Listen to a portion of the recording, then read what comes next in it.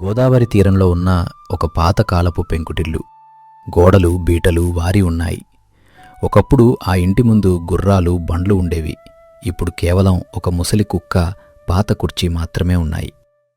నరసింహరాజు తన పాత పట్టుపంచ కట్టుకుని రంగు వెలిసిపోయిన కుర్చీలో కూర్చుని గంభీరంగా చుట్ట వెలిగించడానికి అగ్గిపెట్టె కోసం వెతుకుతున్నారు. ఏంటే సీతమ్మ, ఈ పాడుబడ్డింట్లో ఒక్క అగ్గిపెట్టె కూడా దొరకదేంటి? ఆ రోజుల్లో నా చుట్ట వెలిగించడానికి 2 కుర్రాలు సిద్ధంగా ఉండేవారు. ఇప్పుడు నేనే వెతుక్కోవాలా? ఈ దరిద్రం ఎప్పుడు వదులుతుందో ఏంటో. సీతమ్మ ఇంట్లో నుండి బయటికి వచ్చి, అదిగో మళ్ళీ మొదలెట్టారు మీ పాత పురాణం. అగ్గిపెట్టె కావాలంటే అంగడికి వెళ్ళి తీసుకురావాలి, దానికి పైసలు కావాలి. ఇంట్లో ఉన్న బియ్యం గింజలు కూడా అయిపోవచ్చాయి. మీరింకా ఆ రాజుగారనే భ్రమలోనే ఉంటే మనకి గంజి కూడా దొరకదు. నోరు మూయవే సీతమ్మ. నా వంశగౌరవం గురించి నీకేం తెలుసు? మా తాతగారు ఈ ఊరికే కాక పక్కనున్న 10 ఊర్లకి తీర్పులు చెప్పేవారు. ఆ గుర్రం బగ్గీలో నేను వెళ్తుంటే ఊరంతా దండాలు పెట్టేవారు. ఇప్పుడు కాలం కలిసిరాక ఈ పాత కుర్చీలో కూర్చుంటే నన్నే హేళన చేస్తావా? పరువు పరువు అని ప్రాణాలు తీసుకుంటున్నారు. ఆ పరువు మన ఆకలి తీరుస్తుందా? అప్పట్లో మీరు చేసిన దాన ధర్మాలు కంటే ఆ పనివాళ్లను కొట్టిన దెబ్బలే అందరికీ గుర్తున్నాయి. అందుకే ఇప్పుడు ఎవరూ మనవైపు చూడటం లేదు. అప్పుడే పాలు అమ్మే పుల్లయ్య సైకిల్ మీద వచ్చాడు. క్యారియర్ మీద ఉన్న పాల క్యాన్ల చప్పుడు రాజుగారికి చిరాకు తెప్పిస్తోంది. అయ్యా రాజుగారు, నమస్కారమండి. 6 నెలల నుంచి పాలు పోస్తున్నాను కాని ఒక్క పైసా ఇవ్వలేదు. మా ఇంట్లో పిల్లలు ఆకలితో ఏడుస్తున్నారు. ఈరోజు డబ్బులిస్తారా, లేక పాల చెంబు వెనక్కి తీసుకెళ్లమంటారా? ఆ మాటలకి రాజుగారికి చాలా కోపం వచ్చింది. గర్వంగా లేచి నిలబడి, ఏరా పుల్లయ్య, నీకు ఎంత ధైర్యం? నా ఇంటి ముందే నిలబడి నన్నే డబ్బులడుగుతావా? నీ పాత బాకీ ఎక్కడికి పోదు. రేపు మా మాగాని భూమి వేలం పడుతుంది. అప్పుడు 100 కాదు 1000 ఇస్తాను. వెళ్ళు. బాబోయ్, మీ రేపు కోసం ఎదురుచూసి నా సైకిల్ టైర్లు అరిగిపోయాయి. మీ భూమి ఎప్పుడో వేరే వాళ్ళకి వెళ్ళిపోయిందని ఊరంతా చెప్పుకుంటున్నారు. ఇంకా మాయమాటలు చెప్తే ఊరుకోను. ఈ రోజుతో పాలు ఆపేస్తున్నాను. సీతమ్మ పుల్లయ్యని పక్కకి పిలిచింది. పుల్లయ్యా, బాబూ, కోప్పడకు. ఆయన మాటలు పట్టించుకోకు. ఇదిగో నా దగ్గరున్న ఈ చిన్న వెండి ఉంగరం తీసుకో. దీని నమ్మి నీ బాకీ తీర్చుకో. మా ఆయనకి తెలియకుండా ఇస్తున్నాను, ఎవ్వరికీ చెప్పకు. అమ్మగారు, మీ మంచి మనసు చూసి ఇన్నాళ్ళు ఊరుకున్నాను. కాని ఈ రాజుగారు మాత్రం మారరు. సరే, ఈ ఉంగరం తీసుకుంటున్నాను. రేపటి నుంచి పాలు పోయాలంటే మాత్రం పైసలుండాలి. ఊరి మధ్యలో ఉన్న పెద్ద రచ్చబండ కింద జనం గుంపుగా ఉన్నారు. ఒక ఖరీదైన తెల్లటి కారు దుమ్ము రేపుకుంటూ వచ్చి ఆగింది. అందులో నుంచి డ్రైవర్ సూరిబాబు దిగి తలుపు తీశాడు. రాముడు హుందాగా బయటకు వచ్చాడు. అయ్యా, మనం పాతగడి దగ్గరికి వెళ్ళాలా, లేక నేరుగా పంచాయతీ ఆఫీస్కి వెళ్దామా? ముందు రచ్చబండ దగ్గరకు వెళ్దాం సూరిబాబు. అక్కడ ఉన్న పెద్దలకి నమస్కారం చెప్పి ఆ తర్వాత నరసింహరాజు గారి దగ్గరకు వెళ్దాం. ఆయన క్షేమ సమాచారం తెలుసుకోవడం నా బాధ్యత. ఓయ్ రాముడు, గుర్తుపట్టేవారా? నేను మీ వెంకన్నని. అప్పట్లో నువ్వు రాజుగారింట్లో గడ్డిమోపులు మోస్తుంటే నేను నీకు మంచినీళ్ళిచ్చేవాణ్ణి కదా. ఎంత ఎదిగిపోయావయ్యా రాముడు. కారు, హోదా భలే ఉన్నాయి. ఎలా మర్చిపోతాను వెంకన్న బాబాయ్. గతం గుర్తున్నవాడే భవిష్యత్తును చక్కగా నిర్మించుకోగలడు. అందరూ బాగున్నారా బాబాయ్? మా నరసింహరాజు గారు ఎలా ఉన్నారు? ఆయన కోపం తగ్గిందా? కోపం తగ్గడమా రాముడు? అది ఇంకా పెరిగింది బాబూ. తిండి లేకపోయినా తిక్క మాత్రం తగ్గలేదు. సీతమ్మగారు పాపం అన్నీ తట్టుకుని పడి ఉన్నారు. నువ్వు ఏదైనా సాయం చేస్తే బాగుంటుంది బాబూ. తప్పకుండా వెంకన్న బాబాయ్. రోజులు ఒకేలా ఉండవు అని నేను నమ్ముతాను. ఒకప్పుడు నేను ఆయన కింద పాలేరుగా ఉన్నాను. ఈరోజు ఆయన కష్టాల్లో ఉంటే నేను చూడలేను. పద సూరిబాబు, గడివైపు పోనివ్వు.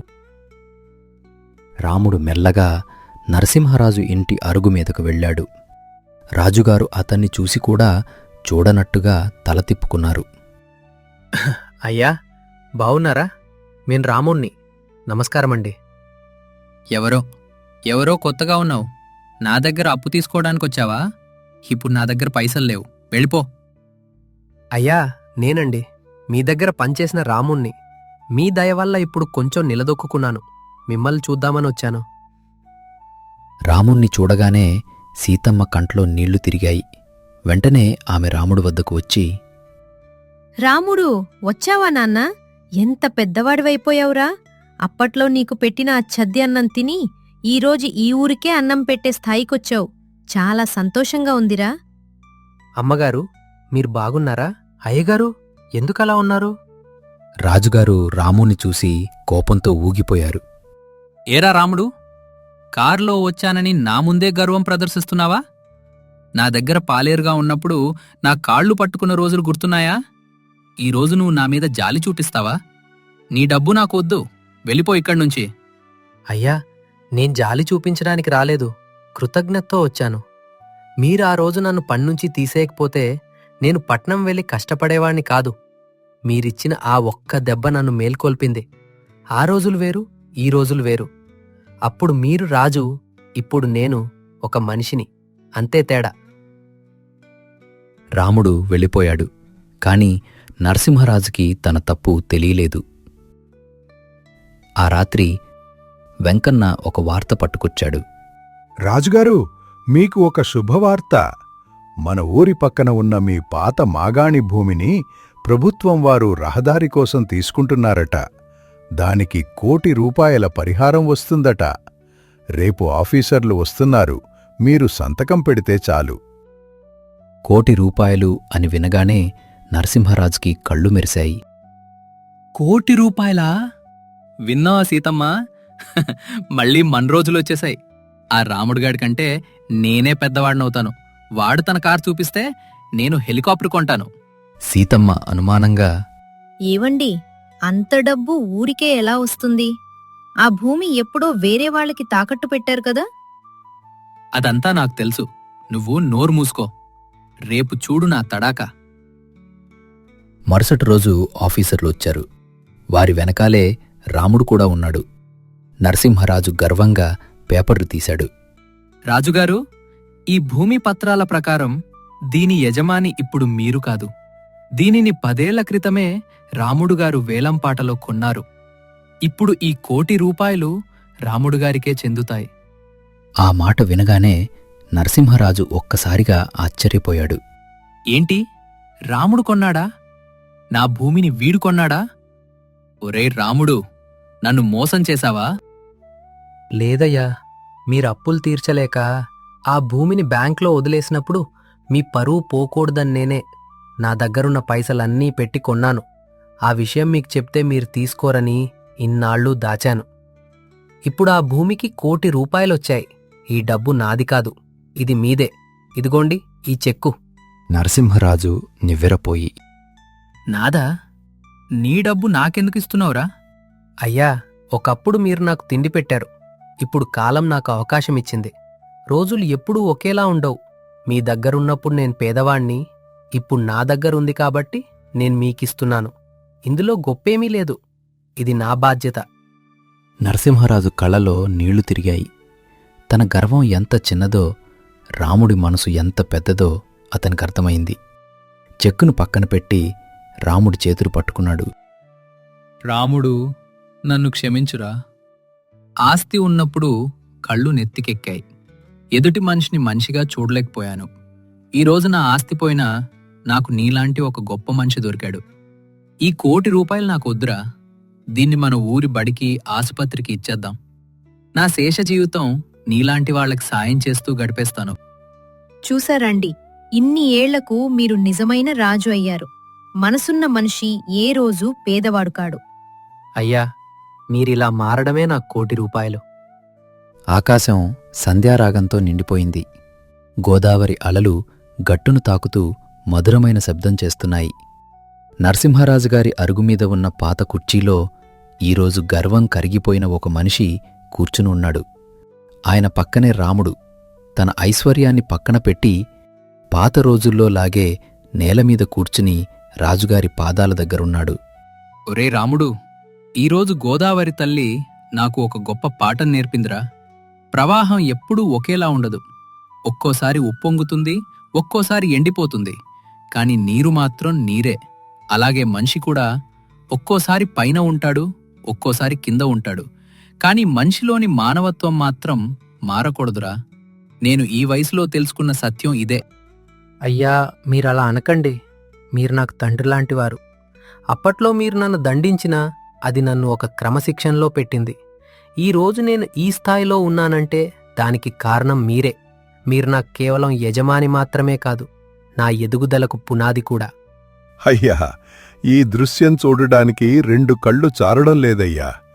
రాజుగారు, మీ గర్వం పోయి ఇలా రాముణ్ణి దగ్గరికి తీసుకుంటే అచ్చం దశరథుడు రాముణ్ణి కౌగిలించుకున్నట్టు ఉంది.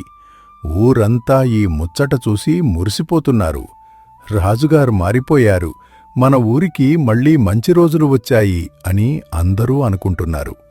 వెంకన్న, రాజు అనేవాడు కిరీటం పెట్టుకున్నప్పుడు కాదురా, ఎదుటి మనిషి కష్టాన్ని తన కష్టంగా భావించినప్పుడే నిజమైన రాజు అవుతాడు. ఇన్నాళ్ళూ నేను గడిలో బందీగా ఉన్నాను.